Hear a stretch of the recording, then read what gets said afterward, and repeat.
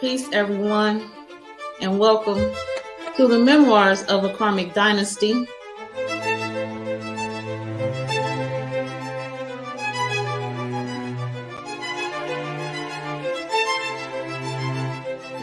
I am your hostess today, Joy Allen, and once we come back into who we are and we stop being ignorant of who we are, we stop being ignorant of our identity, then we will be able to go and do the things that our ancestors did.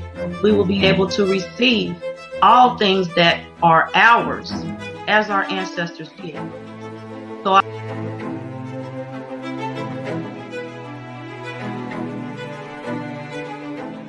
you were going to speak about converting consent into control. Yes, ma'am.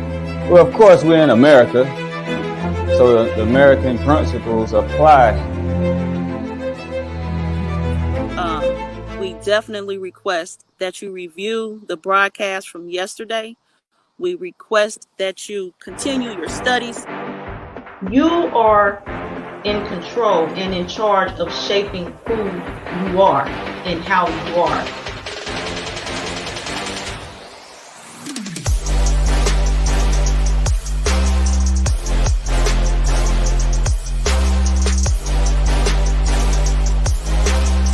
The secrets are the ones you keep of self.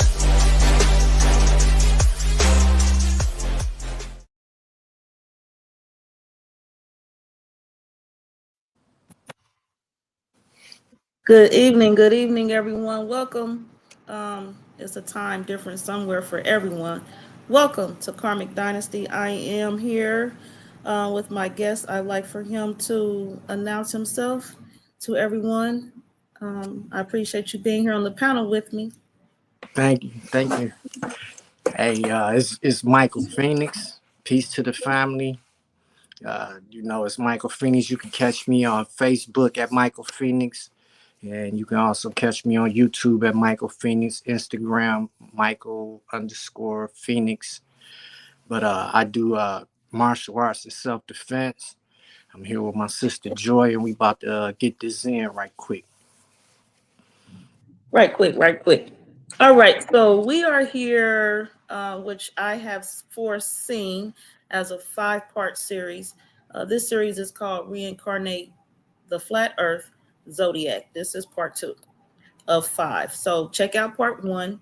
Definitely do that. And so in part 1, right now where we're going to start at today is in part 1, I discussed my sighting of a hawk.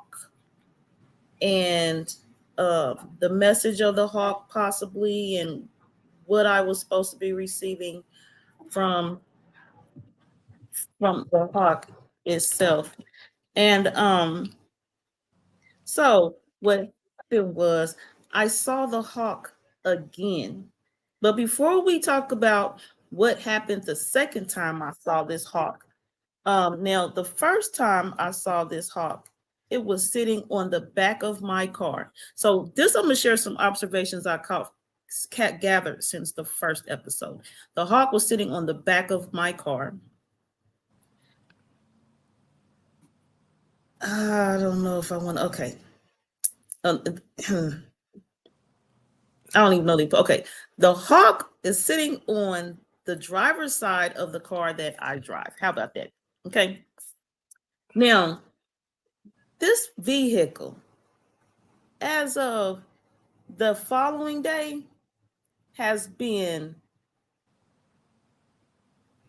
in an accident of some type, damage, scrape, and 3 times, all times on the driver's side. So I'm looking at how this hawk appeared. And to me, after the accident, I'm like, oh, the hawk was there. Also, the message, also not even a message, but the hawk was there to set protection on top of this vehicle, because the following day is when there was an accident in this car. Now, I am right now going to share a short clip, and then I'm going to ask my guest.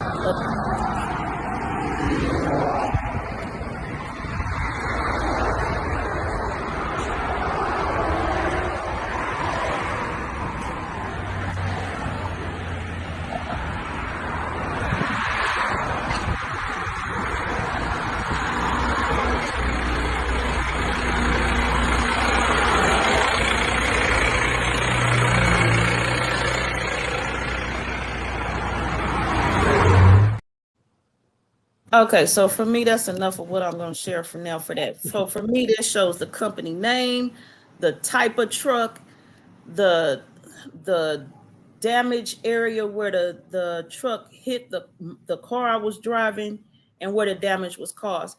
Now, again, as I was thinking, this hawk had came to me the day before.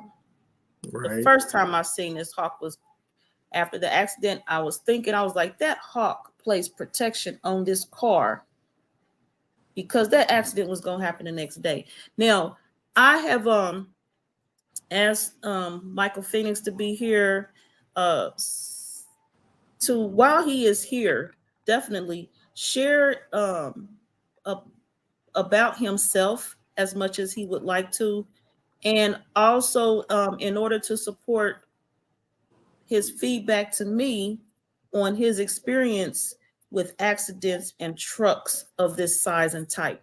So at this point, Michael knows what I'm talking about. Right. And so go ahead for me if you would, please. Okay. First of all, when I saw the actual accident, well, not the accident, but the damage that was done, I was like, well, wow, that's not that bad. You know, it's not bad at all. And then it scanned by and I saw what type of vehicle it was. I was like, damn, it's a dump truck. And it just brought back memories because I used to do EMS. But before we get into that, I remember telling you at the same time, I was like, well, that hawk had to be protecting you.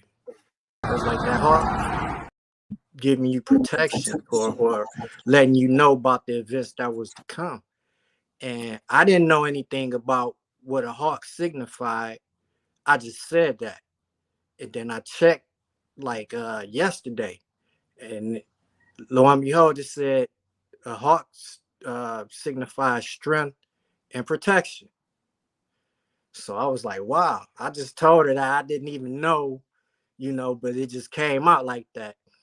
But to go on to my story, I used to do EMS, emergency medical tech, and we received a call one morning. It was early in the morning. There was a dump truck accident. There was a guy going across the bridge in a tractor, one of those John Deere tractors, no cover on it. It's just him sitting in the tractor, no seatbelt. He's driving across the bridge, and a dump truck comes behind him, and it hits his tractor. He flies off the tractor flies with him, and he wound up against the wall, faced out towards the road, and the tractor, the bucket that picks up and scoops the dirt for the tractor was on top of his head. It was a black guy. He was pronounced dead on the scene. We got there, the dump truck was flipped over, all the gravel out on the highway. We had to shut the highway down. And the driver of the actual dump truck, he was still in there. He couldn't get out. We had to bust the window out, the front window, and slide him up out of there. He wound up with a broken femur. But it was a woman at the end of the bridge. She seen all of it. This was after we got him out, got him in the truck, everything. She finally came down and was talking to the police. And she told the police officer, she said, I saw the accident in my rearview mirror. It just looked like the guy just ran him over. He didn't pause. He didn't stop. He didn't do anything. And to me, that was my feelings when I first got to the scene. I was like, how could he not see this tractor in front of him? It was an older black man. He was like in his 50s. And then the white man was driving the actual dump truck. Like I said, he wound up with a broken femur. Now, we're on the bridge. We're about to run the white guy to the hospital. And on the other side is people riding by and they're looking. This is why you never look. You just keep on driving, because something about accidents and the energy that's in the air at the time, it's like something's opened up. It's like a portal or something. It's like crazy. But the people driving by and they're looking and gawking and looking and gawking. Next thing you know, somebody hit the back of one of those cars. And the guy that hit the car, he went around the car, took off and dipped, left them. It was a little kid in the car.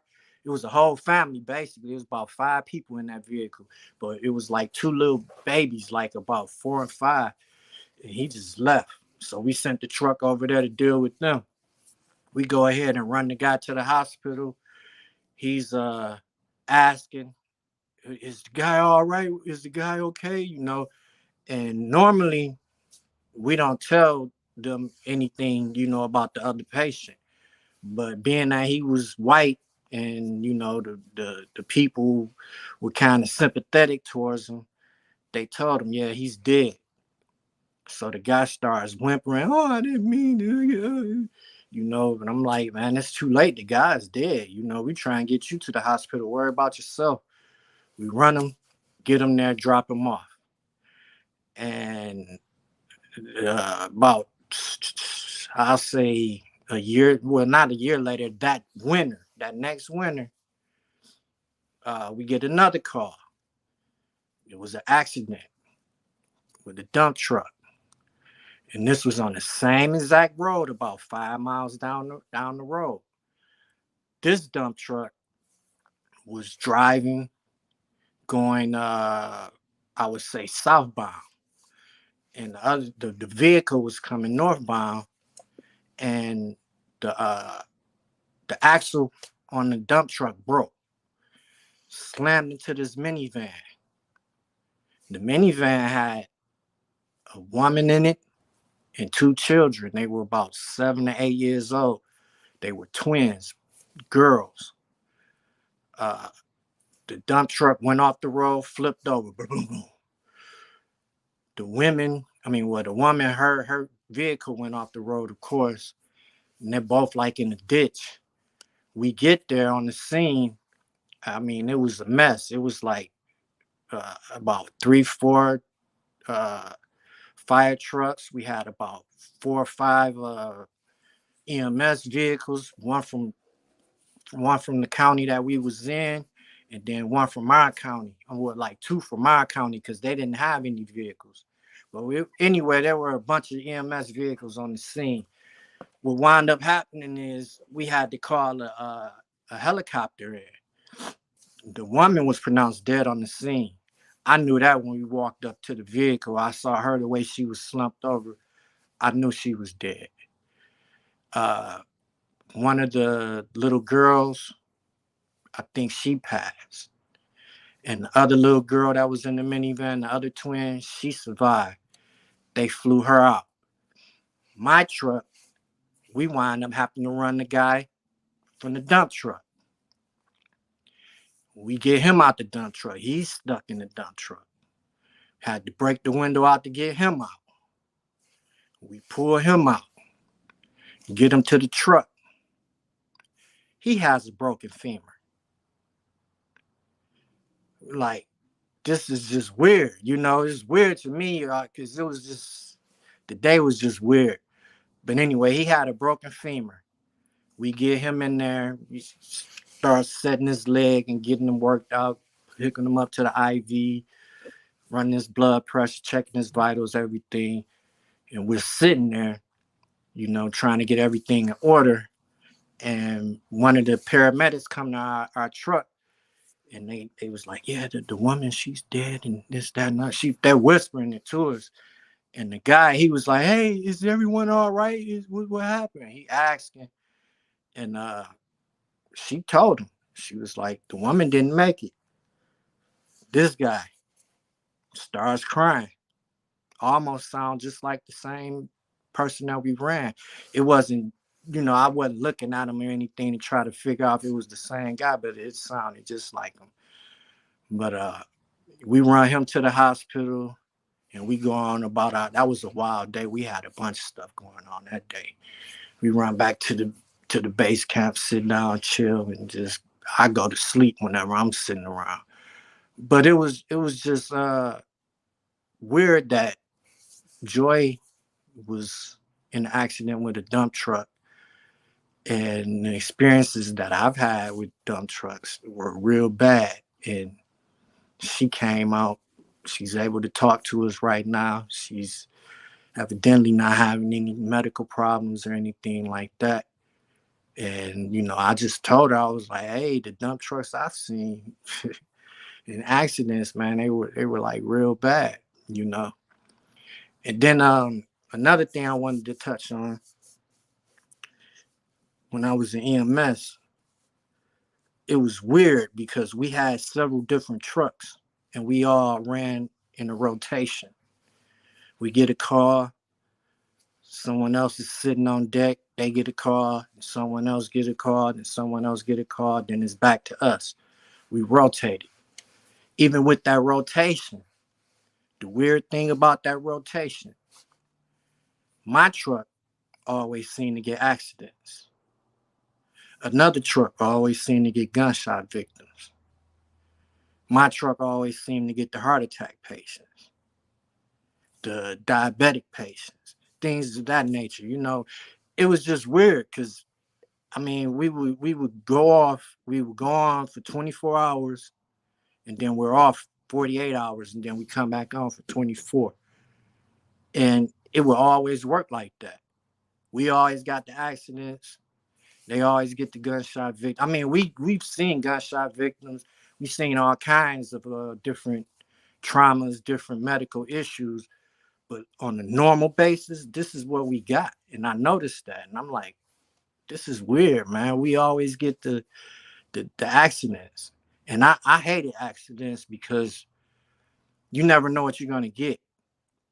You might get to the scene and everybody's okay and no problems, no nothing. Or you might get to the scene and it's just horrible.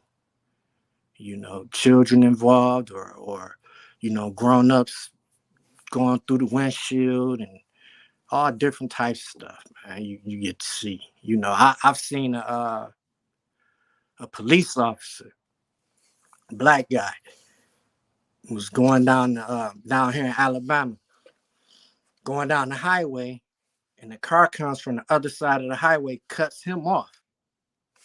He goes off the road, off into a big ditch, like a cliff almost, but there's trees there. Cuts his whole car in half. We get to the scene. As soon as we're pulling up to the scene, he's crawling up out of the ditch. He just has a scratch on his head. And we like, man, what happened? He like, man, they just cut me off, the fucking bastards. This, that, and the other, and blah, blah, blah. He was like, my whole damn car's in half. You go over there and look, man, his car is, I don't know how that man survived that accident with just a scratch. And he was about ready to retire too. You know, he was getting close to his retirement. I know that kind of messed him up real bad. But, you know, we got to see stuff like that all the time. A lot of us were like kind of numb to it. A couple times people lost their cool. One night we had to run a car.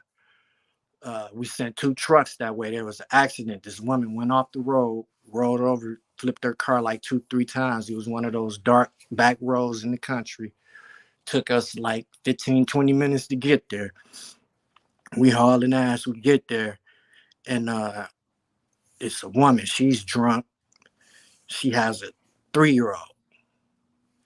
The 3-year-old has a what you would call a evisceration. It's like a flap of skin, like a slice, but the skin is flapping. It's on their forehead from like the eyebrow all the way back here. It's just a flap. We didn't run him. The other truck ran him. And by the time they made it, like I said, we were like 20 minutes out. By the time they made it to the hospital, they were burnt out.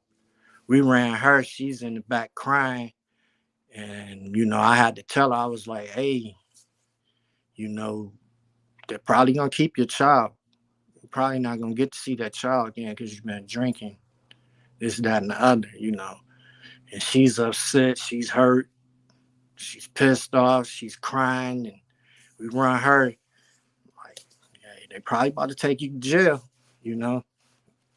But we get back to the base camp, and the people that ran the child, it was one of the girls and one of the guys that I work with ran the girl, and they're up in that piss. They like, that bitch, fucking they ought to kill that whore, and this, that, and the other. I'm like, hey man, I was like, yeah, it's messed up, but she probably would never see that child again, man.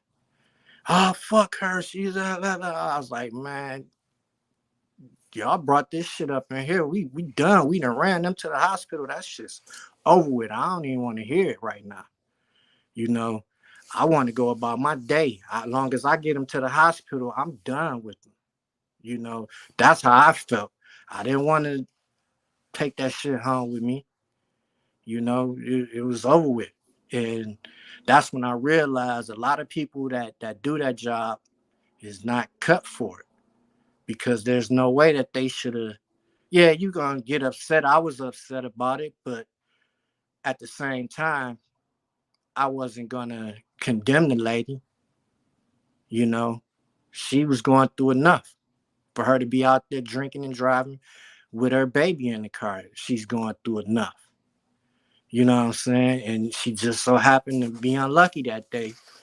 And now she can never see her child again.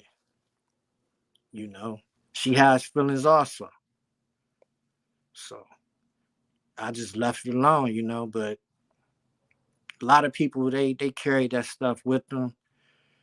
It never really bothered me. You know, I expected to see a lot of trauma and all that type of stuff. So I prepared myself when I was in school. You know, it's hard for me to look at it in the book or on TV to see trauma. It's hard for me to look at it like that, but in person, I can handle it better for some reason. So, you know, but that was just the gist of it. I didn't want to go into too, because I seen a whole lot of stuff on the ambulance, but for you to actually be able to walk away from that dump truck accident is amazing. You know, you were protected, and you need to realize that you're protected. And I won't say that you can't be touched, but shit, I would feel strong as hell after Yeah, listening to you is coming to me. I had right quick side note. I had just shared with somebody the other day how there are points in life where I feel more of me. I feel like more of who or what I am. I just feel like what some people would call um more special than others. Right. But there's something in me that, to me, that's like a big head. I don't got time to think I'm better or more than somebody else. So that's when I have like an inner struggle with myself, because it's hard for me at times to accept things like what you're saying, Right. what you Right. just ended that with. And I know when I first shared the accident with you, and you was like, I'm paraphrasing. You said something like, "Oh, the now I already knew about your background with that job. You shared with me a little about that." But when and you said, "Well, the worst two accidents I came upon involved a dump truck, just like that one," and I was like, "Okay, you know what I mean?" And I heard some of your stories, and I was like, "Okay, well, can you share that with my audience when you're on the panel, as well as the other things that you came to share?" And you was like, "Yeah, but I had no idea." The stories you just shared, I found out same time as everybody listening right now, and I'm over here like, "What?" You know, Axel, Yeah. and That I'm was real. looking at, and the other one, he did what to that first car? He How did just he he just ran the guy off the road, basically through the ran back him off of the him. road? Yeah, through the back of him, Okay. like in the same exact lane. The guy is driving an open tractor, one of those little John Deere tractors, and he just came and just ran him, just smashed into the Right back of behind. him, and threw him up off of it into the wall. And the tractor, the the bucket landing on the guy's head. And see, as you was talking about both them stories, this is what happened with the vehicle I was in with the truck involved. And I'm hearing when you say I'm protected, I'm feeling more of where I can accept it based on the stories you've told. And now with that you just shared, this vehicle, I was on it. It's a 2 lanes going north and then 2 lanes going south. I'm on the inside north lane. There's nowhere for me to go but this way, unless I want to jump the curb and go into a field or somebody's yard or something. Right. And out of my, as I'm traveling on the innermost lane, inside lane, I see from my peripheral, yes, ma'am. I see out of my peripheral this truck like coming, like it basically, in my mind, it hit me like in my face, like it's here. You see me, and next thing I know, it's traveling, and I hear this metal scraping sound from the back behind me, which would be it hitting behind. Where's it at? It hitting behind the tire. Right under the gas cap area behind the tire. And then as I took this picture, I seen the white on the bottom of this wheel, going around the bottom half of this wheel. Yep. So it's hit the tire too. Yep. Came and scraped up above the tire. So I'm hearing this metal, and I'm like, what the? It's just like, what is happening? So and it jumped me up on the curb and into the near the grass field, and I had to maneuver. I had enough sense of where the truck was at and to keep control of the car. And then when he passed and was in the clear, there was nothing else around me, is when I pulled back out and lined up on the side on the street alongside the curb. But I was just like, did that just happen? And I'm like, okay, I'm okay. And okay, and the car's still running. Everything was just still settled. There was no flat tires. There was nothing crazy. But I'm looking at the height of this truck that just went past me. Yep. And then when I got out and I looked at the car, I'm like, this motherfucker just, how do you scrape up against something for so long until you have a reaction to pull off of it? It was just so many things went across my mind. But now you're talking to me, that truck actually, and I'm looking at the pictures and talking to you, it scraped the tires. Tires is still fully inflated and everything. The car actually still running just fine. And I'm partway cussing because I just got some front work done, the alignment and other stuff. I just did my own tune-up a few weeks ago. I'm like, he's fucking with, I just pushed it. And that right there was his own battle. I might share that on here one day. But I'm just like, okay. And then I get out the car. But after the fact, there was like all kinds of things I could have did instead of getting out the car. But I got out the car. And I walked up to his window. I'm expecting him to be like, hold on, I'm calling my people. I'm reporting what happened. And, are you fine? Okay, nothing. First thing out there, I just walked to his window and looked up at him. He rolled down the window. I said nothing. Before I could speak, he said, you just came out of nowhere. I'm like, how would you mean? I've been traveling in this same lane. And I was on a phone call. I was traveling in the same lane for a good 5 minutes. What do you mean I came out of nowhere? And I said, that's what I'm saying to myself. Anyway, part of that was to myself. So I stopped what I was saying and I said, what did you just say? And he proceeded to repeat himself. I said, oh, okay. I pulled out my phone and started taking pictures that y'all see in the videos. Because you want to outright lie like that? And even though the insurance people come through with all that, I needed to just let him know you was being unacceptable right now. Right. Yeah, it's obvious that he hits you from the back. It's obvious that he sideswipes you. Okay. It's obvious. It's almost, I mean, he could have spent you around and if you wouldn't have had control of that vehicle. by the way that he hit you. Yeah. You know, that's what the police do when they try to run somebody off the road. They come and they hit him right up in that area where he started scraping your vehicle at. And the car Mm-hmm. spins out and flips sometimes. And you know what? Now I'm looking from the rotation of that passenger door, which my daughter say look like fish bones. Mm-hmm. That rotation tells me that was probably some part of his tire that scraped, because that's the only thing that would move circular, like, to Right. make that circle repeated Mm-hmm. motion. It's just a lot going on. Again, is this whole Thanksgiving holiday weekend, Black Friday, state offices shut down around here in Indiana, weekends, all this stuff. We don't yet have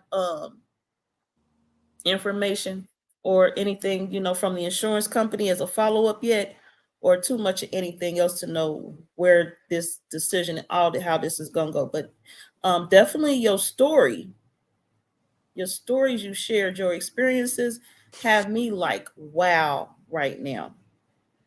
Yeah, it's obvious that he ran into the back of you. Like I was always good with getting to an accident and I can actually see what happened. You know, like one time we had this little young guy, he ran into a tree, right? He's on his way to work. He worked down the street at McDonald's. He runs into a tree. We get there on the site and he's like, I don't know what happened, man. My car must have went crazy. It went off the road, this, that, and the other. I'm like, so you all right? Like, yeah. And I'm looking around the vehicle and I see his phone over there. I was like, man, tell the truth. You was on the damn phone, wasn't you? He was like, well, yeah, I was trying to text somebody. I was like, well, that's what the fuck happened. You know, but that's not the only time. I can see what happened. Like when I get there and I get to looking around and seeing everything, I can tell exactly what happened. You know what I'm saying? Because it's only so much that a person can do in an accident. You know, this is how police get to the scene and they can tell, they should be able to tell what actually happened, who was in the wrong. If you just stop and you look, you can see the whole accident happen. You know, that's all you have to do is just sit there and look at everything, look at how everything's land, look at the vehicles, and you can tell everything that happened. You can see it. Yep, you can see it from beginning to end. Yeah. Yeah, so then you mentioned both times it was a white man. So there was a white man in the dump truck that hit me. Here he go. And my response to him, after the police arrived, my daughter came, and this was my reaction as I was leaving. Goofy ass don't want to be seen now. Goofy, goofy, goofy, goofy.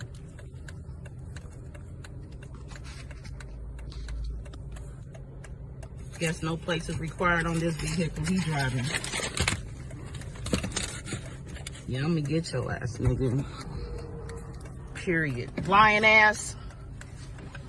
A nigga is a nigga. An ignorant ass. Period.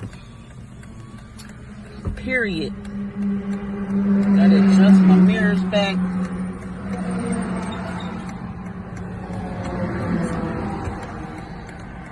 Yeah, I'm recording his ass.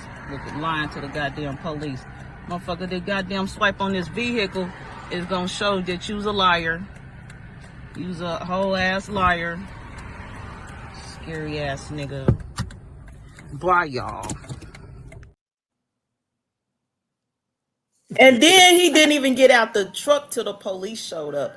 He probably knew he is possibly in some damn trouble. He was gonna Yeah, get the business. he's like, I mean, the guy that ran the black guy over said the same shit that man said. Hey, he just came out of nowhere. I didn't even see him. I'm like, man, how the hell? The woman, the way she described it, she said this guy is going over the highway. He's doing about maybe 25, 30 miles an hour in that tractor. This man in this dump truck come flying up doing close to 70 miles an hour and just runs him off the road, flips his dump truck. So I'm like, how can you not see him? You have more than enough time to see this tractor in front of you. You know, it just didn't make sense to me. Yep, and like that guy, unless he merged on that main street, because this is a main street we was on in the city here. Unless he merged on from an off street, he been beside next to me in 5 minutes too. So I'm like, Right. what you He couldn't have, if he was merging in, he would have most likely been coming in from the right hand side. from he was coming in from my left because I was on the inside lane. Oh, okay. So he was on the lane over here. And depending on how y'all looking at this camera, but yeah, I was on the inside lane here, so he would have had it came up here. And at the same time, he came from behind me, Right. which means how he didn't see what was in front of him. Exactly. He would have had to see me. Yeah, that's So his. he was either rolling next to me for 5 minutes or he merged from somewhere. But at that point, he was behind me looking forward, unless he wasn't looking forward. But all I know is with my CDL training, my CDL license, and he had his in that type vehicle. Right. He knows about the scan of the wind, so he definitely is breaking all kind of lessons, procedures taught in CDL training. Right. Yep. It's obvious. You can look, like I say, I can look at it and see that he was the one that was in the wrong. Because there's no way he can just go all the way up the side of your vehicle without even noticing that he was hitting you. Right. That's like ridiculous. It's crazy. And then my one daughter was like, who by phone, she was like, he must be on drugs or something. But my daughter who saw it, she was like, no, he's inexperienced. He's an inexperienced driver. Yeah. And I'm thinking so too, because just based on his response right quick, I'm like, you are so ignorant. Did you just say that? Like, I just came from out of nowhere. That's not even possible. If I came from out of nowhere, there'd only been damage on the front of the vehicle. I mean, that's how liars lie. They say this shit. Like, I'm about to believe what he say. Like, he about to right quick maneuver my mind. And even if my mind took on what the fuck he was saying, the insurance company will be looking at both of us like, nah, y'all both wrong. Ma'am, what was you doing to believe that you just came out of nowhere when you was clearly in this lane? Right. You know what I mean? They be looking at me like I'm on drugs or something. Yeah, the insurance company should be able to see what the hell happened. Yes, a no-brainer to me. It's like, that's ridiculous. Terrible. I've seen a lot of accidents, and yeah, that's obvious. It was his fault. Ain't no damn way. But like I say, you was protected. Because it could have been a whole lot worse. I hear. Yeah. And then listening to the stories of them people, and like you said, I'm good. I'm mobile. I don't got no issues. You know what I mean? Right. I'm here. Right. There's nothing wrong with me. At the first day, I was a little sore about bedtime, and I got up a little stiff the next day, but I knew it wasn't nothing but from that right, that joke. You know what I mean? Yeah. But other and not, I take a good hit. I didn't know got a little cushion and play. I'm good. But yeah, the first 2 days, that's it. But like today, I'm good. I'm straight. And that protection that clearly I know I have, but to see the evidence, to see it in moving motion. And I don't know why in life, I don't know. I'm not even gonna go in that conversation, but this picture right here, when I got done thinking the next day, this picture was the day before the accident. And I was like, that bird also came to put protection on that car. Right. That's just how I'm looking at it, on that side of the car. So the day after the accident, I see the hawk again. Mm-hmm. Same person I was on the phone with when I saw the hawk the first time. I'm like, every time I'm talking to you, this hawk show up. Yeah. The hawk showed up on the ground this time, on the passenger side of the vehicle. The first time I saw it, it stayed, whether it was flying, whatever movement it did, sitting on the sign, standing in the grass, standing on the corner of a building. It all happened on the driver's side. This time they're on the passenger side of this vehicle. And then I was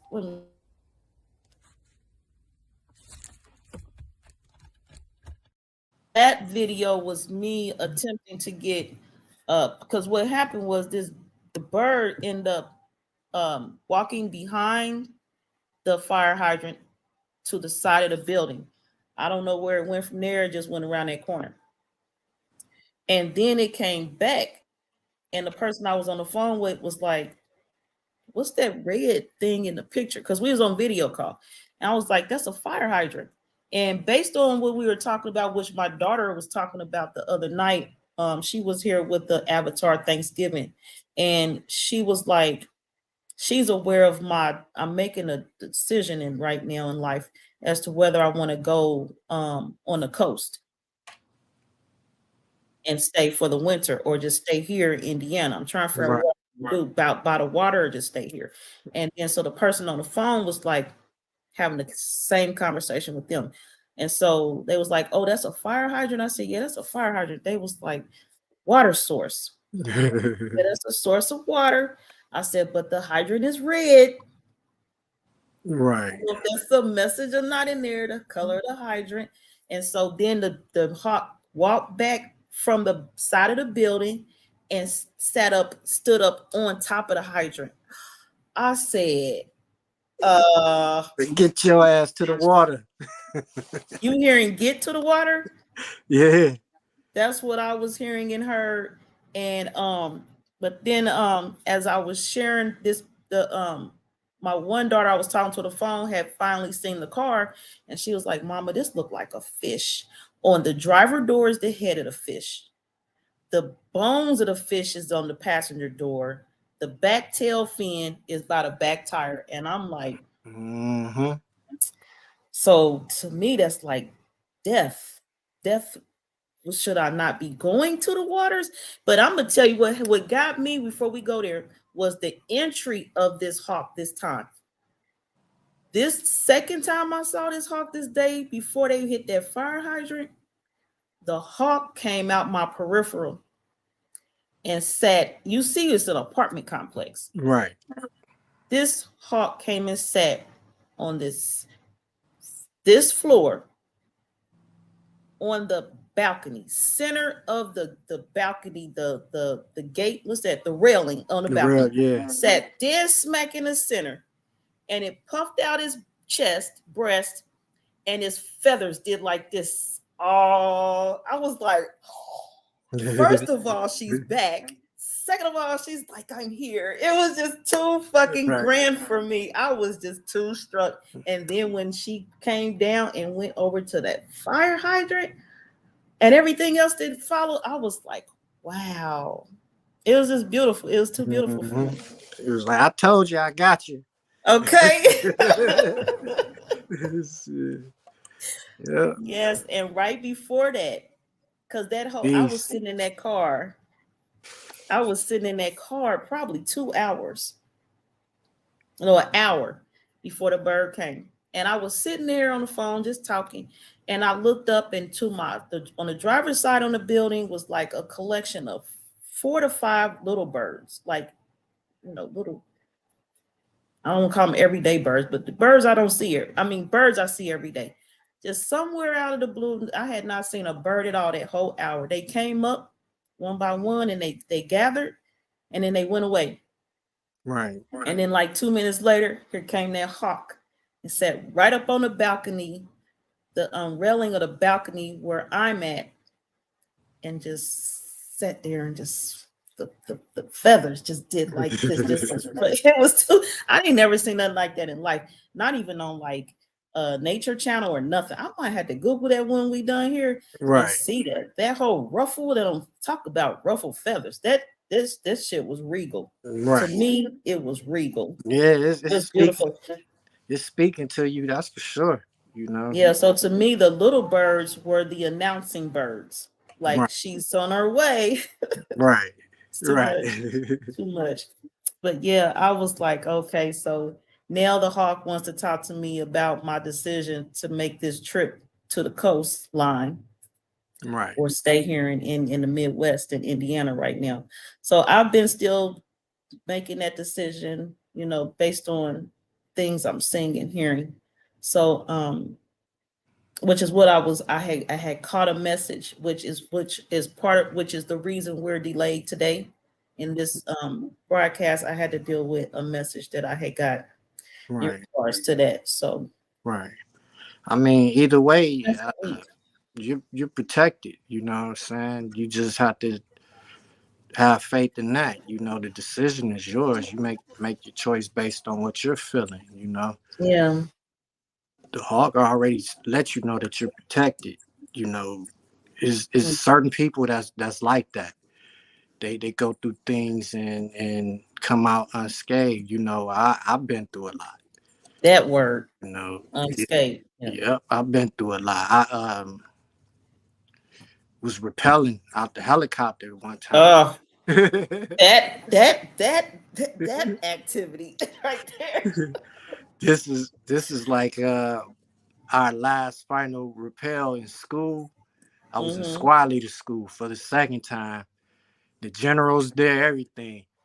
And I'm up in the helicopter. I'm like, man, when I come out this motherfucker, I'm gonna just let it rip. I'm going wild up out of it. And when you on the helicopter, you 90 feet up and you have like 15 feet of extra slack for when Mm-hmm. you first come out. And when I came out, I jumped out, I hit that slack and I stopped. And then after that, I just let it rip. I don't know if it was my belay man or what. He got scared, but I felt the rope yank and it popped out my hand. And now I'm free falling, just falling. Got a weapon on my back, everything, just falling. And I'm trying to get the rope. And I'll say I was about 5 to 10 feet from the ground. And I don't know if I grabbed the rope and put it behind my back, but I stopped for a brief second. And then I hit the damn ground. Jumped up and I got to cussing the belay man out. I was like, man, what the fuck's your problem, motherfucker? He was like, because he was yelling at me, like, why the fuck did you not say? I was like, man, fuck you. The general is right there, you know what I'm saying? It's like, you But punk still, fuck you. man, I was like, fuck you, you motherfucker. He was a corporal. I was the last corporal. I didn't care. That's You know, right. I'm like, shit, hey, my heel was messed up. I damaged my heel from it. We had a big hump after that, like 20-mile hump. I'm walking Uh-uh. with a fucking broken heel because Mm-mm. I ain't want to fail the class. I had went all the way my 6 weeks. So I did my hump, everything. I didn't say nothing. I ain't go to BAS. I didn't do nothing. I was like, hey, I'm walking across the stage this time, Mm-hmm. you know. But I said all that just to say, you know, like, you never know. You know what I'm saying? You're protected. You know, like, I don't know. That was just weird, man. I always felt like they was trying to kill my ass anyway. You know, when I was in Mm. there, I felt like a whole lot of stuff was popping off that made me feel like they were trying to kill me while I was in there. I was Mm. uh I was in my unit. We had a bunch of new people, and they wanted to send us to the rifle range. And Mm-hmm. all the people that came around the time I came was leaving. They was going to their other unit, like they were getting short. We were short timers. We were supposed to get our orders to leave. They trying to Mm-hmm. keep me there. And I'm, trying to teach these young guys how to shoot. We doing draft fires. We running down, dropping and shooting and doing things like that. These fools are spinning all the way around 360s, pointing their weapon at everybody, and I'm like, man, I'm not going on the range with these motherfuckers, man. And luckily, One of my homeboys from Chicago rolled up on me like 2 days later. It was like a day before we went to the range. And he was like, man, you heard about that 6-month cut they giving combat veterans? I was like, hell no, ain't nobody told me about that. He was like, yeah, man. No, that wasn't it. That wasn't it. That happened. That's how I got out. I went to the I woke up in the morning and I was like, man, I'm not going on that fucking range. I was like, everybody done left. I'm supposed to be gone. Fuck this. I'm going to H&S Company myself. That's headquarters company. I walked up in headquarters company. I was like, hey, y'all got some orders for Lance Corporal Wilson and Charlie Company? They was like, let me check. It was like, yeah, man, here's your orders right here. I was like, give me the money. I grabbed my orders. I went and turned my rifle in first. That was the first fucking. I was like, here, man, take this motherfucker. You know. And everybody was asking where the hell I was at and was trying to, hit me up with office hours for being UA and all that. Came to him and told him, I was like, look, man, I'm checking. I gave him the paperwork. I'm checking out, man. I'm getting all my shit. They was like, who told you had orders? I was like, I went down there myself, got my damn orders. So they was pissed about that, but I wasn't about to let them hear me up. Fuck that. Then I had a guy in my squad. He didn't like me. New white guy. He was racist. Didn't like black people. I'm not about to get shot. I saw that shit happen when I first got in. One of the guys didn't like the corporal and shot him in the calf. We was on a live fire range. So I wasn't about to get shot. Not with the M16. Right. So, Yeah. Not but that. it's just, you feel like yeah, the odds are against you. Like you might be a little paranoid or whatever, but those are feelings that you're supposed to have. That keeps you aware. That keeps you on point. Telling you to look out for yourself. Don't wait for nobody else to do it. You have to do it yourself. Mm-hmm. You know what I'm saying? But that's just 2 instances. Then I had another instance where I was in small boat operations, and I had a good boat, a good engine, and my engine was damaged. My engine kept cutting off on me, and one day it cut off on me. It was a storm brewing, and we were coming back from a training evolution, training these guys on how to drive the Zodiacs. I made it to the point where I was the chief instructor, and I was in the boat by myself. And before we go in and land on the beach, we all come and link up, and then we send like two boats in, and then we send another 2 in, then another 2 in. And what happened was I sent everybody in, and it was one boat left, and me and him, we sat there while I tried to start my engine. My engine wouldn't start. I told him, just go ahead, man. I'll get it started. I sat out there for like 5 minutes, just drifting away. Storm coming, waves high as hell, trying to get my engine started. And then it finally started, and I took my ass to the beach and landed. But I felt like I had been sabotaged. Yep.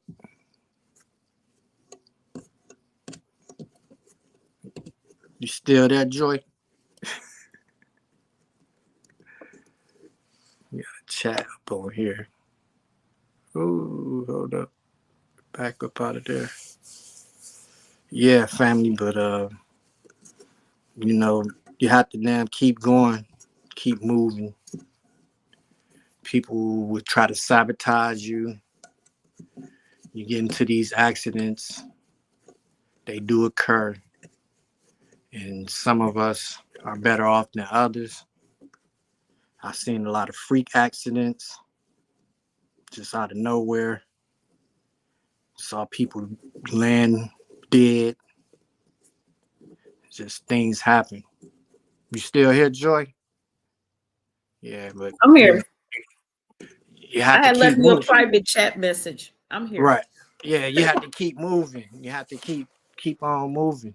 And don't let nothing get to you. You have to be determined to move on. Yeah. It's just that and sometimes in life we have so many options, And it's just like, which option do I take? You know, and this bird, this hawk right here, and then positioning and everywhere this hawk be at. I'm like, but yeah, I'm working on making that decision right now. That's like the biggest decision of my life right now.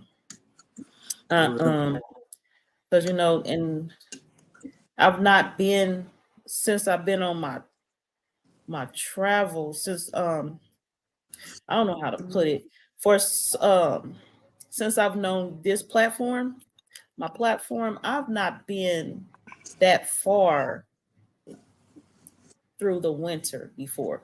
Usually I'm a state away, something like that. But to be as far, and I'm in the Indiana, so that's the middle of this, kind of this place. So if it's on the coastlines, I've not been that far before, in the wintertime. And then my reason I don't, and it's not this is kind of the distance is a factor. The other factor is the winter, and if I need to come back here, the winters here and is different than in other places, of course. And and I'm not driving that far.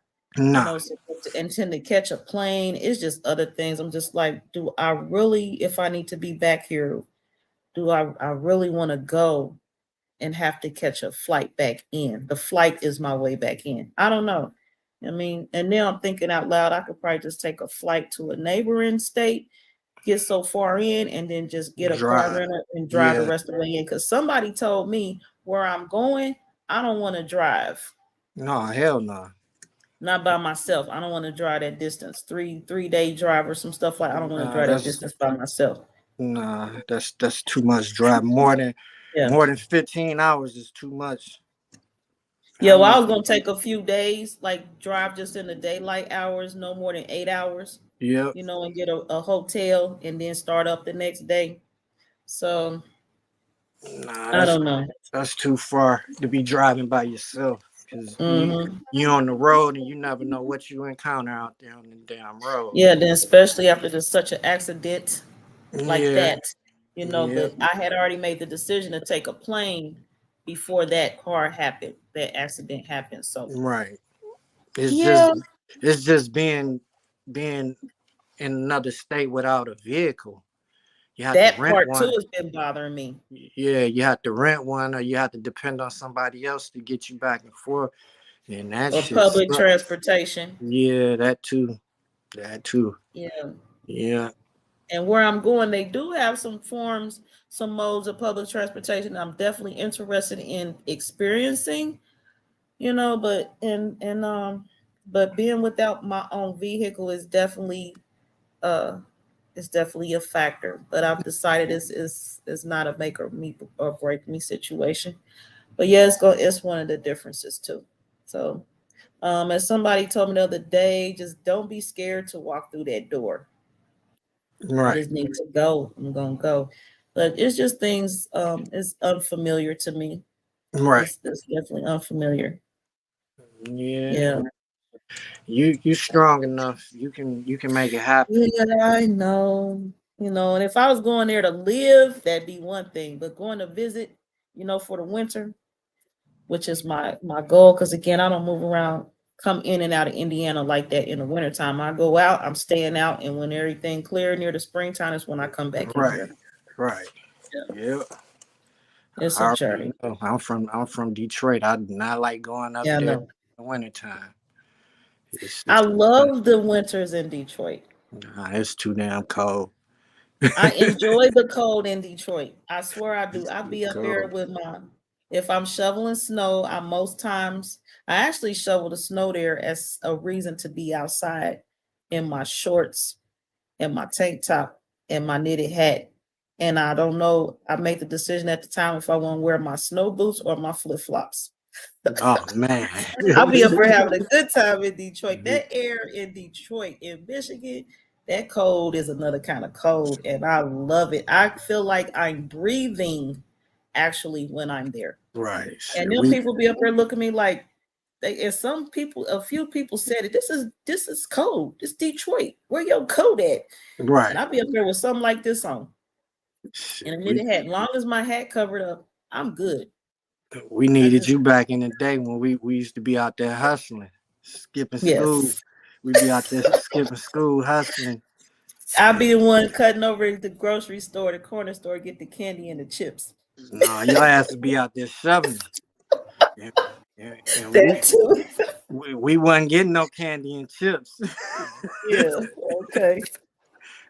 All of we, that. yeah, we wasn't doing the candy and chips. We was making other runs with that Yeah. money. Yeah. Mhm. We used to make a lot of money though, just sitting out there running house to house, shoveling snow. Yeah. Yeah. But you know, Yeah. That's that was just the thing to do back then. You know, these children nowadays don't know nothing about that. mm-hmm. Mom and dad ain't had no money to give you. You went out there and made your own. Cutting Right. grass, shoveling snow. We had Mm-hmm. the helping women, the old ladies with their groceries at the grocery store because they got those Mm-hmm. grocery stores in the hood with the Yeah. rails up to where you can't get the carts out into the parking lot. Right. And Yep. we used to go up there and help the old ladies with the groceries, make pretty good money. Mm-hmm. You know, that was Yeah. just how we did things back then. Yeah, we knew where all the old women lived. We go knock on their doors. You need somebody to cut your grass, or you need somebody, especially if it was snowing. Oh man, make $80 real quick. All Yeah. of us, all of us. Yeah, it's crazy. But yeah, you know, you like I said, it's just be grateful, be happy, cause Definitely. yeah, that was some weird shit. Yeah. It just sounds weirder the more that I hear you talking about related and unrelated items, specifically to this accident Right, that happened to me. And the more I sit here, of course, the stories that you told, they is processing through me. And in the studio, I'm over here looking at the images that I pulled up, set ready to, play again. And so at the corner of my eye, I'm seeing this vehicle. Like that's all that happened to me. right. And I'm thankful, grateful for it. And I'm still in a little shock and awe that that's these other people. There has been loss of life when it comes to a dump truck. Um, and that truck, the weight of the truck, the Right. weight matched with the speed, matched with the is so many factors. And the good thing was, well, I don't know, it's all good. But one of the factors was it was a dry day. You could see the pavement was dry. The tire is dry. Everything's dry. I mean, so that was a factor. And But you got front wheel drive too, right? I think so. I think so in that vehicle. Yeah, I do. I do. I do. Yeah. That's a good But thing. yeah. But the you was talking about the minivan and the John Deere tractor. Yeah. This is a daggone Chrysler 200. Do you hear me? Right. Little bitty thing. I'm just like wow. I'm just like wow. Yeah. But that minivan was a head-on collision with a dump truck. Yeah. That was horrible. You know, that was horrible to get to a scene like that. And as soon as you walk up, you can feel it just feels eerie in the air. You know what I'm saying? And to see the woman slumped over like that, I knew. I was like, ain't no saving her. You know. Yep. And then only thing I thought about was like the one twin that did survive. How was she damn make it through life? Yeah, with the loss of her twin and her mother. Right. Right. Yeah. Yeah. But I never really, I discussed it with my wife. Like I would come home, I would discuss certain things with her so I could get it off my chest. I just didn't ever take it back to the house. Yeah, when we go back to the shack, I never took it back there. I try to let's go get something to eat, man. Get this stuff off my mind. You know what I'm saying? But I seen a lot of lot of horrible things, you know, and some weird and strange things. And freak accidents do happen, you know. I've seen a few of those.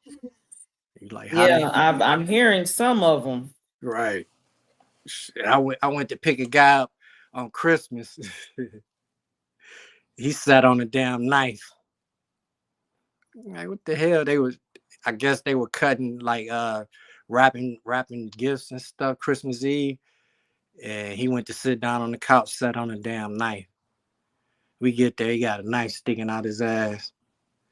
I'm taping him up, making sure the knife won't move or nothing.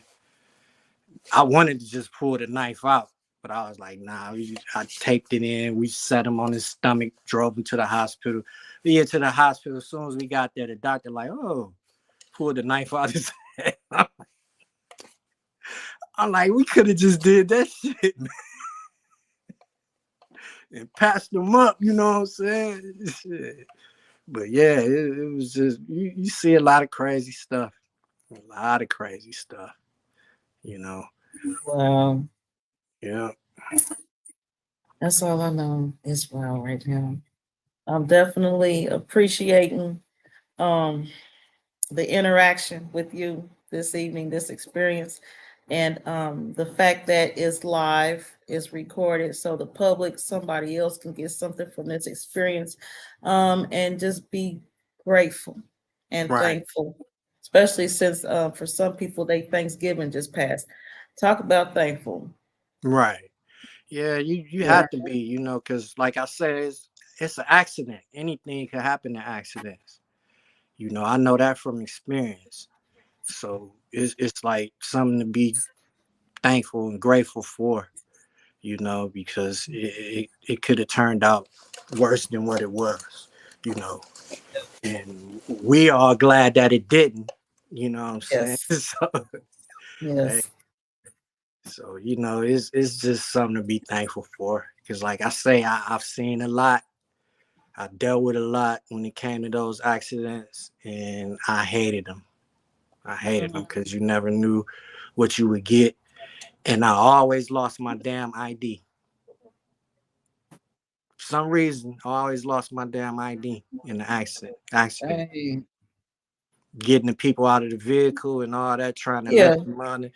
Always, they like, hey, we got your ID. The fire department, the damn hospital. All I mean, somebody always had my damn ID. I had to go back and get it. Yeah, yeah, Uh, always. Yeah. yeah, I hear a lot of patterns in your story. You Yeah, know, that's with what. the calls that your truck would get and the other trucks would get, the type calls, and then you always lost your ID. Yeah, I'm hearing it, the yeah, patterns. yeah. I mean, yeah, you see some crazy stuff, man. I'm telling you. You had a guy, a big 300-pound guy, riding on his three-wheeler in the middle of the night. It's like 3 o'clock in the morning. We sleeping good that night. Get a damn car. We had to roll all the way out there, back dark, uh, one of those dark back roads. He's out there riding in the field. His dog runs in front of his vehicle. He slams on the brakes. And mind you, he's 300 pounds. And he goes over the handlebars and land right on his skull. Oh, Yeah, that's besides this gunshot victim. We had so much blood in the back of that vehicle. We sitting on the scene cleaning the vehicle because we had to medevac him out. We cleaning the vehicle. We getting calls. Hey, we need y'all to like, man, we can't go nowhere right now. Like, we need y'all to hurry up. Like, man, we got so much blood up in this damn vehicle, man. It was ridiculous. We had blood everywhere, like places you wouldn't even imagine. You like, how the hell we get blood over here, man? Like, just but yeah, he was messed up. He had opened up his eyes. He had one of his pupils was dilated, and the other one was damn real small. So he had a basal fracture. He fractured his skull, and my paramedic, he couldn't intubate him. That's like putting the tube down his throat to where we can get him air. He couldn't do it. He tried, he couldn't do it. We had to wait for the medevac to get there. The medevac person did it. Normally, you're only supposed to do it like one time, try one time to do it. But the medevac guy, he forced it up in there and got some air to him, and they flew him out. I don't know what happened to him after that. Mm. He had blood coming out his ears, everything. He was yeah, he was damaged. Yeah, Dang. yeah. But that's why I say, you lucky, because only people I really seen that like kind of. I mean, I seen a few people that were all right. We rode to the scene. Like if it's a car full of people, everybody's okay. But most of the time, it's the drunk people. They be all right. No, nothing be wrong with them. I seen a guy flip his vehicle in between two trees. And he outside when we pull up. Hey, man, that was crazy, man. like, you about to go to jail, right? Okay. Damn fool. He said, "Did y'all see them trees sideswipe me?" Right. And I knew what he was wow. doing. It's the road, like right behind my house. He was flying through the road. He came flying through there and went up off the road, and this car just flipped, and it wound up sideways in between two trees. Trees was holding it up. I'm like, this fool. Yeah. That's crazy. I could go on for days, but I don't want to keep going back and remembering all of it. Yeah. But we appreciate you going and back there and bringing it forward and sharing with us. I'm speaking for everybody, but definitely myself. I'm appreciating what you're sharing. It's definitely making a change in my life. Your advice, how you've advised me on how to, your advice on how I am making my decision to move forward for my winter duration wherever I choose to be. I definitely appreciate all of your feedback and your words over my life. Right. My existence. I definitely appreciate you for that. Been I've been listening and I'm saying that because I've been listening to a lot of women. I don't talking to me and checking in on me, and to hear a man, speak their life, the continuous life over me and in me. I definitely appreciate you being here and being the stand-up person that you are. Yeah, we appreciate you. We appreciate you, and we glad that nothing happened to you. You know what I'm saying? I had this big smile on my face because I'm happy that you're all right. And it's a good thing. Like I say, you protect it. You protect it and stand strong. That's all you do. I will. I will. Yeah. I will continue to, definitely. Yeah. Hey, it's amazing, man. I'm telling you. It's amazing. I've seen a lot, and just to know that it was a dump truck, I'm like, damn.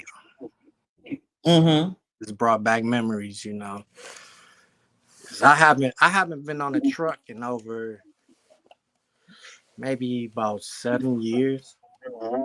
I gave up my license. I gave it all up. I went to the VA and told them I could no longer work. I'm tired of working. And they understood. They understood because I went through well over 30 different jobs. Like I've had all kinds of jobs you can imagine. I've been sales rep. I've wore suits. Hey, you too. I Yes, did. Yeah, I all did. kinds of jobs. I did security. I worked in the jail. I'm dishwasher. I cooked and prepped and shit. I can't even name all the jobs I had. I had so many jobs, and I couldn't keep them because of after being in the military and then coming out here trying to work with civilians. Yes. It's hard, you know what I'm saying? Because don't nobody want to pull their weight. When I was in the military, I could threaten them and shit. You know what I'm saying? I could threaten them and get away with it. It do a whole lot of things that you can't do in the civilian world. It's not like, you know, it's not like that's what you should be saying to people, you know. And I just had problems adapting, you know. To I would walk out if I had to be talked to by a supervisor and I didn't like the way they handled it, I would just not come to work no more. That's me too. So that was my problem, and I had to And wouldn't even express. bother calling to tell them I quit. Yep, me I neither. just would not show I up. wouldn't show up. They'll figure it out. Yeah, and I had to explain that to the VA, and they went back. They went. I guess they called my employers, and they saw it, and you know, I only was fired like once or twice. I was fired from my security job. I should have been fired from that, man. The shit I was doing on that job. I worked at U of M, University of Michigan. Man, Yeah. I would work maybe 2 hours out the day and then be fucking off the whole rest of the time. But it finally caught up to me after like 2 years. But yeah, the things I would go through at work, only job I could keep was the job that they allowed me to be who I was, you know, and that was my EMS job, emergency medical tech. I only had to deal with my partner, and then I was a dishwasher at this restaurant, and I could sit there and do that for a while. Plus, I was making a lot of money as a dishwasher, so it was like, hey, I might as well stay here, you know. And they would let me do what I wanted to do, you know. I would yeah, I ain't gonna get all into it, but I was doing things that you don't normally do at work, you know. I would party basically at work if I wanted to. So, you know, and they didn't mind, so it was cool. But once I got to EMS, I could actually express myself. The people were more like the people in the military. They understood, they spoke their mind. So it was like a cool place to work, you know. And I enjoyed it. Like I say, it didn't bother me. I can laugh and smile and joke about it. A lot of the people there, they were silly, you know, like me, they like to joke around, and it was a cool place to work, you know. People were more down to earth because we dealt with so much real life, and you get to experience it. You get to see life is really like that. Other people don't get to see anything. You know, they don't know anything about it. They don't know that, you know, you hear 1 minute and then you're gone the next. And we got to see that every day, you know, and it makes you appreciate people and appreciate life more, you know, doing a job like that. Cause it's like, you know, you just you there to help the people, and you want to help them as much as you can, and you do your best to actually, you know, keep them alive. And luckily, I haven't had anybody actually die in the back of my ambulance. Anybody we ever ran always made it to the hospital. If they were, like I told you before, if they were dead on the scene, that, I mean, you couldn't really do nothing about that. Yeah, because with adults, CPR, if you're not there immediately to start CPR on them, 9 times out of 10, you're not gonna be able to revive them. Yeah, so that's just a little pointer for anybody that actually experienced that. You have to get right up on it and do it right then and there until the ambulance get there and they can actually shock them or whatever. But you have to keep that blood flowing to their brain, because a human, once they flatline, adult, once they flatline, they pretty much gone. Yep.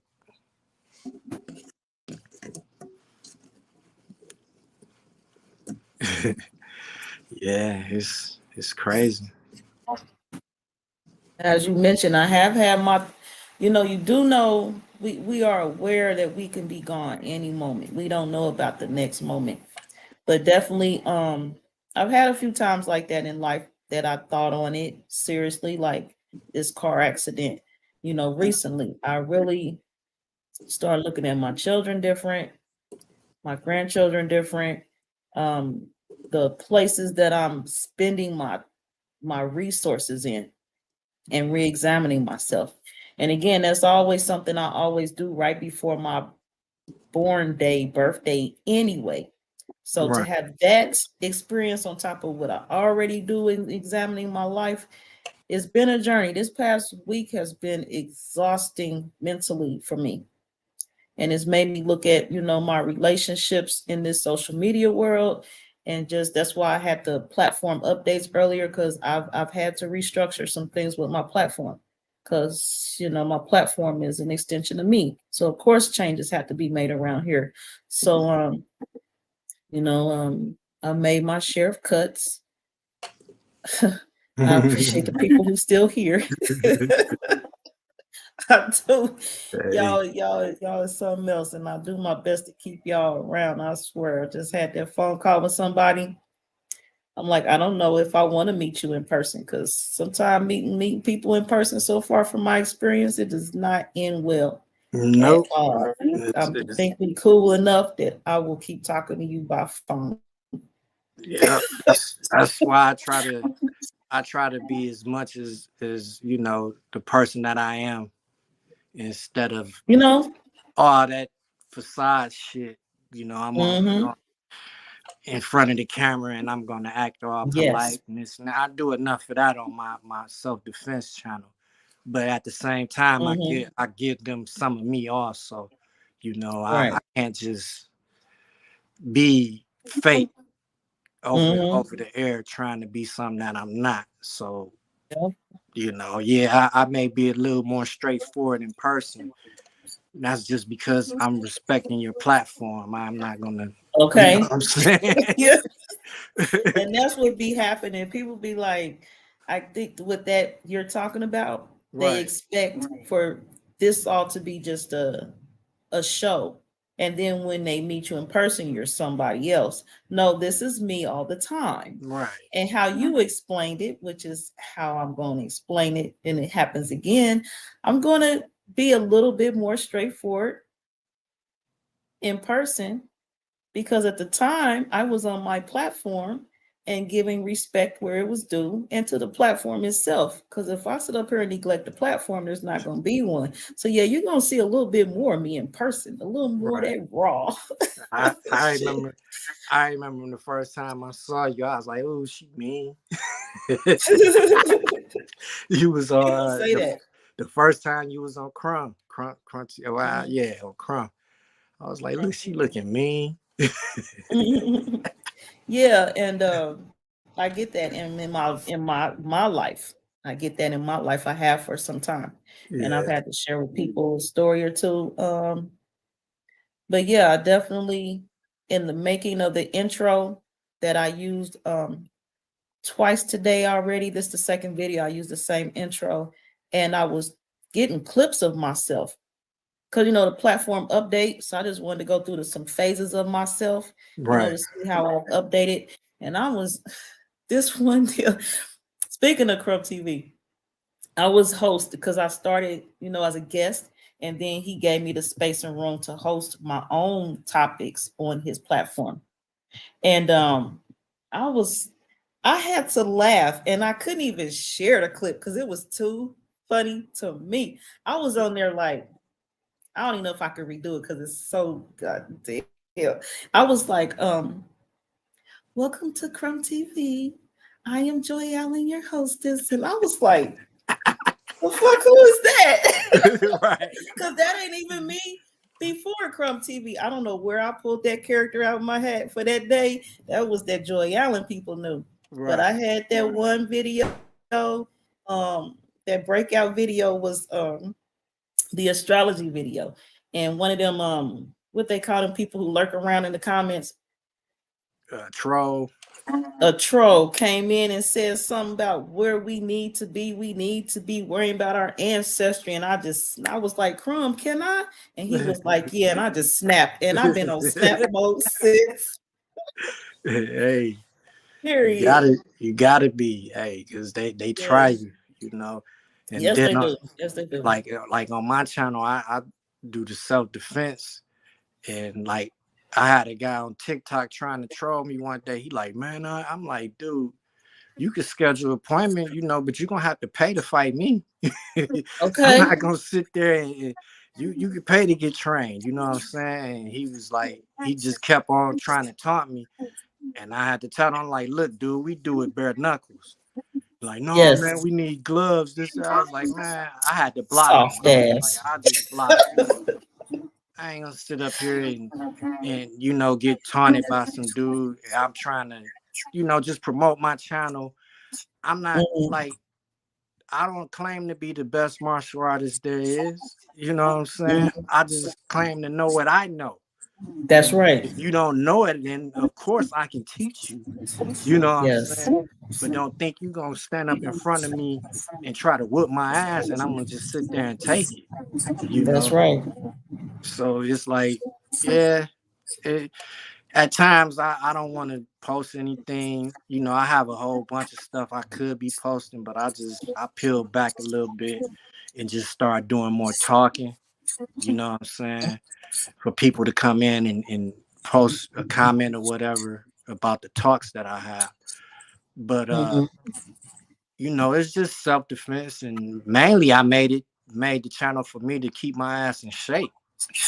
You know, Mm. it's a channel for me to be able to Yeah. sit down and talk to people without feeling all reserved and shit. You know, I wanted to force myself to speak to people because I was at that point Mhm.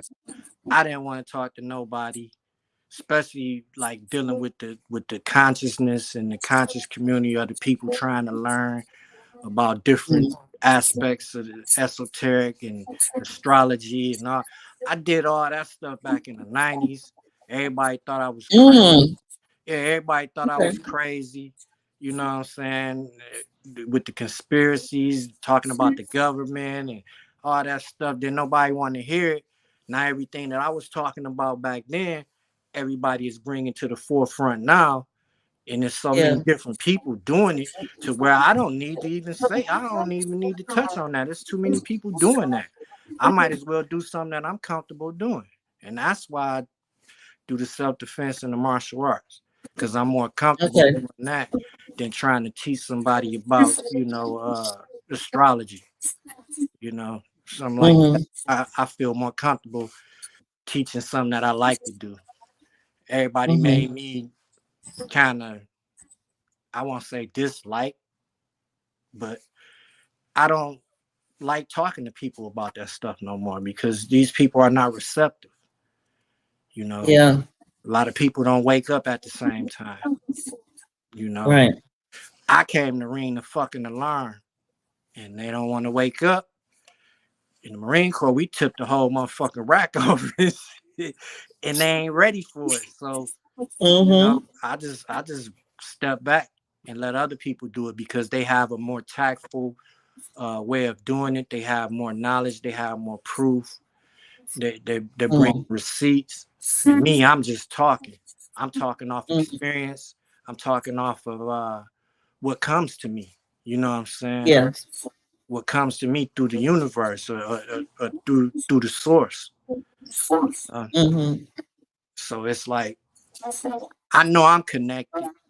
You need to get yourself connected. You know what I'm Yeah. saying? And I ain't worried about everybody else. I'm only dealing with the people who already know. Right. You know what I'm saying? So I leave that stuff up to y'all. Y'all can teach. Shit. Well, around here on Karmic Dynasty, we's unscripted. So speaking from the universe is definitely the thing around here. Right. And all the topics like you talking about, I'm on my way out the door myself with that. That's which I announced years ago. My focus on these children, and that's where I'm headed to. All this, like you talking about, I can come up here and speak on it, but really, You know, I'll open the platform and others can come up here who want to talk about it and I'll chime in. But for the most part, I'm not about to come up here on a regular and sit for an hour and be the only person up here talking. Right, Not right, doing it. Not doing right, that. It's too much energy. I got other things to do with my hours. right. And like I say, the people that want to know will find out. They'll go out and they'll Mm-hmm. seek it. You know what I'm saying? We, you know, I was talking to people that didn't want to know anything. They want to know who got the whip weed and shit. You know what I'm saying? Like, I got that. You know what I'm saying? But they you know, they was interested in other stuff, and a lot of them still are. You know what I'm saying? So I only talk to people that talk to me about that type of stuff, and then we'll sit and we'll vibe and we'll kick it. You know what I'm saying? I'm not trying to reach the masses. If I'm gonna reach the masses, you'll hear it in my raps. You know what I'm saying? You'll hear it in my music.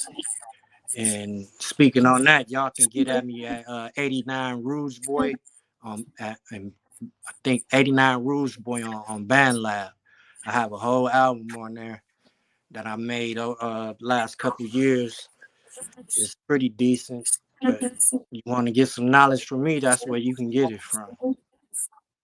You know, I'm artistic with it. I ain't got time to be direct. You know, you're gonna You have to said research. Rude Boy? Yeah, 89 R Rouge Boy, U like the color Rouge. Rouge GE. Yep. Boy Yep. at band. I think it's bandlab.com. You go to Okay. bandlab and then you search for 89 Rouge Boy, basically. Yep. Okay. Yep. But I'll send it to you. That way you can listen to it. You know, it's not my best. It's just something I threw. I used my phone to make it. I didn't have like no real speakers or nothing. Everything was done on my phone. But to me, Yeah, I'll listen to it. for to me, for it to be something done on the phone, it sounds pretty decent. You know what I'm saying? Yeah, I used the whole phone. I used the app, the BandLab app, to actually make it. But Okay. you know, it's pretty good. I got some pretty decent songs on there. You know. Y'all ain't heard of Band Lab. I need to download that app. And then when you send the link, the app already ready to go and play the song. Yep, you can make your own. Relax. You can make your own beats on there. You know what I'm saying? I don't mess with no beats. That's something I have not never tapped into. Yeah. Y'all gonna have Joyous Rhyme up here on the beats. Yeah, I sent it to a few people. Let them hear my album. You know, I know it's not. I'm not promoting it like that. You know, if you run across it and you hear it, then it's all good. You know, it's. I ain't trying to be no rapper. I just made something, you know, that because I like doing it. I've been doing it for years. I'm pretty good at it. So I just put something on the platform. You know, that way I can say, hey, I do have an album. You know what I'm saying? Okay. But it's not, you know, it's not nothing that I'm like trying to be like Snoop Dogg or nothing. You know, that was back in the day, back in the 90s.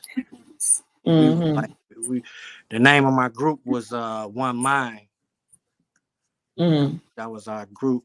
And then it all connects to like what's going on right now. You know what I'm saying? Because we're all from the one mind, we're from the one source, and we're all the same, just different people. We're like a hand, but everybody's a finger. We have our own our own tasks. We do all separate things to complete that one. And you know, most of the people in the conscious community, they're like thumbs and shit. I ain't no finger. You know what I'm saying? But yeah, it's fun to be here, you know, kicking it with like-minded people who ain't got their thumb all stuck up in their ass, thinking they're better than everybody. You know what I'm saying? Like a lot of these people. You know what I'm saying? So it's always fun to come over here and kick it with you. That's what's up. It's always fun to have you here, to have y'all here with me. Right. Definitely.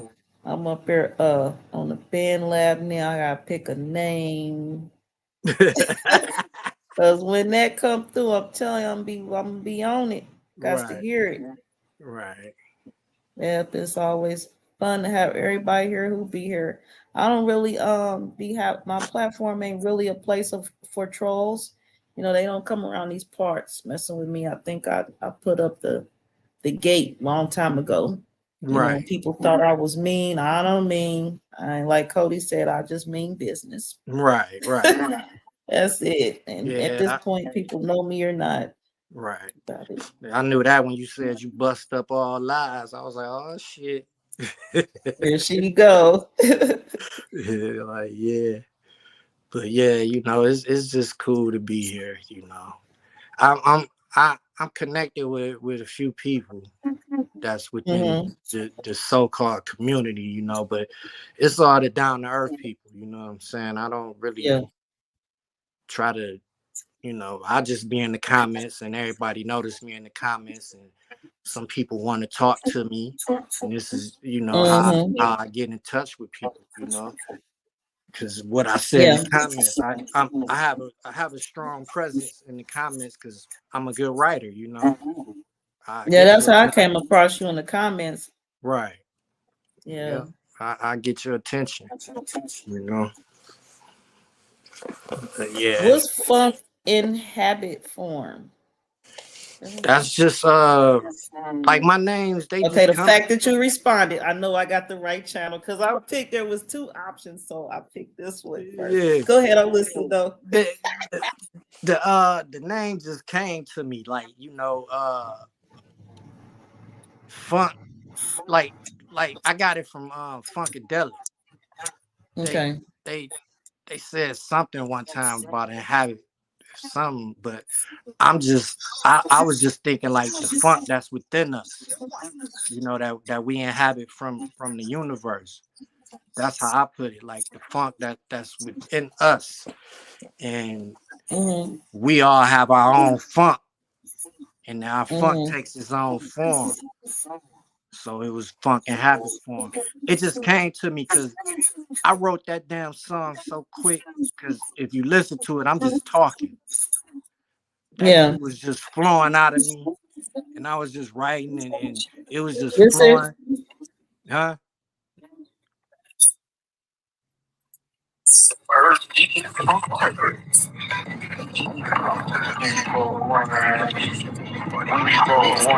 it. One mind. That's it. That's that signature. One mind. I heard it. Okay. Yeah, and you were saying. I was just free. I was just writing it. You know, it was just coming out of me. I was sitting there. I was actually upset that day, but I had this beat sitting here, and I did nothing with it. And the way the beat is, I didn't really want to rap to it. I did write another rhyme to it, but I didn't really want to rap to that beat. And I figured I would just talk through it. So I started writing, and I wrote all that shit within, I say, a half hour. I was done writing. Because it was just coming out of me. Yeah, it was just coming out of me. And then I went and sat up in the closet and I recorded it.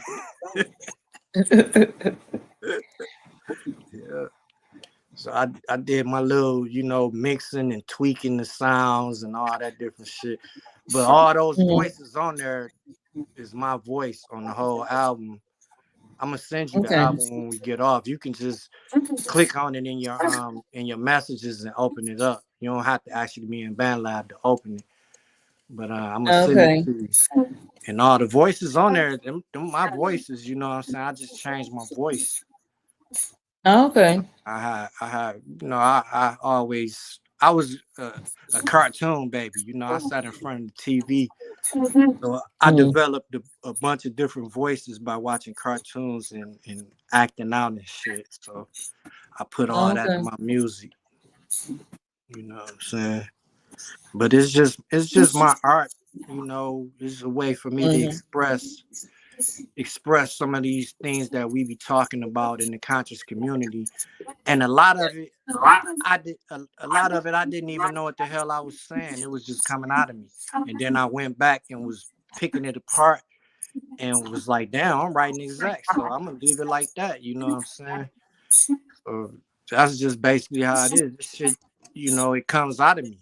You know what I'm saying? I'm connected. That's just how I feel. And can't nobody tell me nothing else. Nobody tell me that I ain't connected. Shit. I'm gonna finish listening to this connection. I've seen it too many damn times. You know, I was telling the guy earlier today, I was like, man, I was supposed to do everything that I've done. You know what I'm saying? And I have no regrets. I have no disappointments. And I'm not gonna feel guilty for anything, because I realize that, you know, there's no right way or no wrong way to do anything. You know what I'm saying? Yeah. There's only in this world there's only good and evil. And once you learn that you have both good and evil inside you, then you could create balance from that. But you have to realize first that you have both inside you. Because if you think you're too good, then you just too good. And if you evil, you just ain't shit. You know what I'm saying? It's just that simple. You know.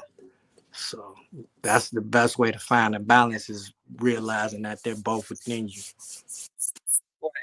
You know? Yeah. But yeah, I'm gonna go ahead and get up out of here, Joy. I'll send you that as soon as we get off.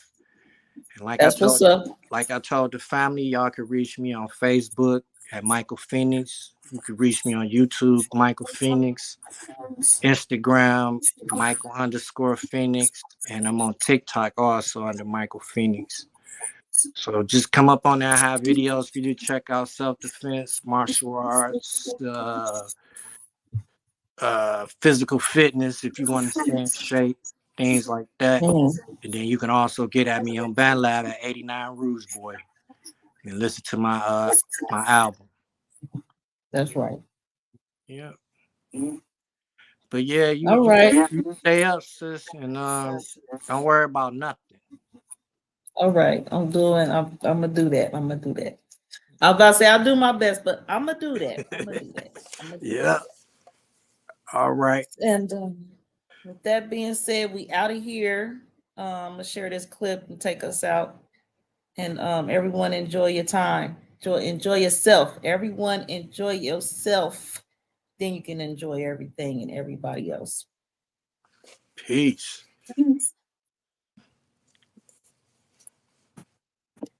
Video.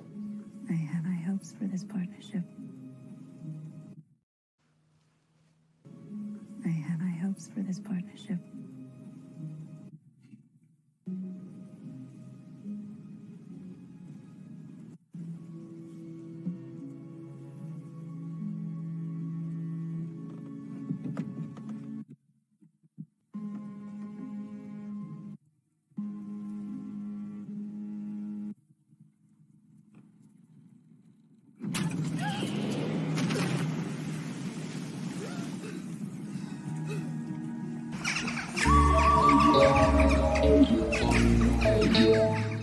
Partnership. You had to do it. Bye.